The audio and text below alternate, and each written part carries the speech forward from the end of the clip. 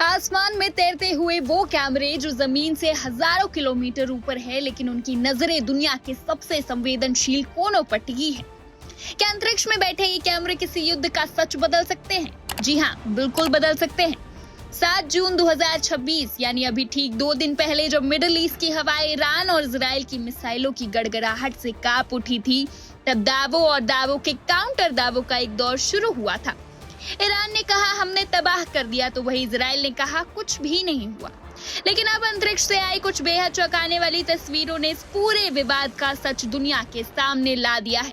हम बात कर रहे हैं इजराइल के सबसे महत्वपूर्ण और रणनीतिक रूप से बेहद संवेदनशील सैन्य ठिकानों में से एक रामत डेविड एयरबेस की। उत्तरी इजराइल में मौजूद इस एयरबेस पर 7 जून को ईरान ने एक बड़ा मिसाइल हमला किया। अब सवाल ये था कि इस हमले में इजराइल को कितना नुकसान हुआ। इस सवाल का जवाब दिया है दुनिया के बेहतरीन ओसिंट यानी कि ओपन सोर्स इंटेलिजेंस विश्लेषकों ने, और वो भी सेंटिनेल-2 सैटेलाइट की ताजा तस्वीरों के जरिए। आइए आपको दिखाते हैं वो सबूत जो इस वक्त दुनिया भर के मिलिट्री एक्सपर्ट्स के बीच चर्चा का विषय बने हुए हैं। हमारे पास 5 जून यानी हमले से पहले की तस्वीरें हैं और 8 जून यानी हमले के ठीक एक दिन बाद की तस्वीरें भी हैं। और जब इन दोनों तस्वीरों को एक साथ रखकर देखा गया तो जो सामने आया उसने कहानी पूरी तरह बदल दी। चलिए थोड़ा और बारीकी से समझते हैं। अगर हम इन सैटेलाइट तस्वीरों को देखें तो एयरबेस के हिस्से पर नुकसान के साफ और गहरे निशान दिखाई दे रहे हैं। ये कोई मामूली निशान नहीं है। 5 जून की तस्वीरों में जहां एक साफ सुथरी इमारत खड़ी दिख रही थी, वहीं 8 जून की तस्वीर में वहां काले जलने के निशान, मलबे का ढेर और एक बड़ा सा क्रेटर यानी गड्ढा साफ नजर आ रहा है। रक्षा विश्लेषकों का कहना है कि ये एयरबेस का लॉजिस्टिक और सपोर्ट क्षेत्र है, जहां एक बड़ा वेयर हाउस या स्टोरेज सुविधा बनी हुई थी जो पूरी तरह तबाह या गंभीर रूप से क्षतिग्रस्त हो चुकी है। लेकिन यहाँ एक बड़ा ट्विस्ट है। जहां ईरान इसे अपनी बहुत बड़ी कामयाबी बता रहा है, वही सैटेलाइट तस्वीरों का एक दूसरा पहलू भी है जो इजराइल के दावों को कुछ हद तक सही साबित करता है। तस्वीरों के विश्लेषण से ये साफ हुआ कि नुकसान सीमित है। सीमित क्यों?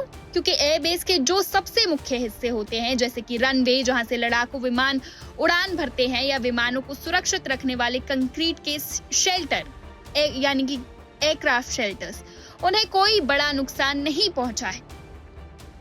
इसका सीधा मतलब ये है कि इस हमले के बावजूद रामत डेविड एयरबेस से इजरायली वायुसेना के ऑपरेशंस रुके नहीं हैं। एयरबेस की मुख्य परिचालन क्षमता अभी भी सुरक्षित है। इजरायली अधिकारियों का ये भी कहना है कि उन्होंने हवा में ही अधिकांश ईरानी मिसाइलों को इंटरसेप्ट कर लिया था, यानी मार गिराया था।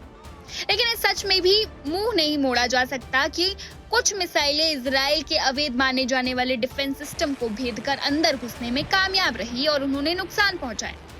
या हमारे दर्शकों के लिए ये जानना बेहद जरूरी है कि ये तस्वीरें सेंटिनेल-2 सैटेलाइट की है, जिनकी रेवोल्यूशन थोड़ी कम होती है।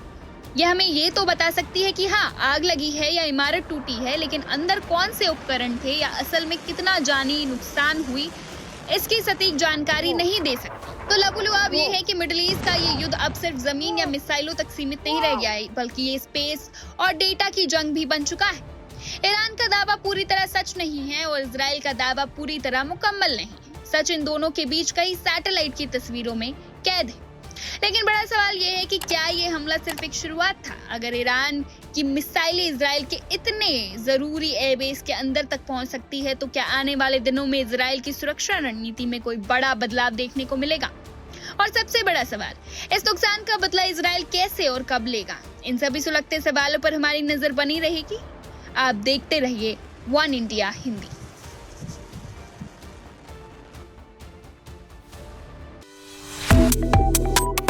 Subscribe to One India and never miss an update.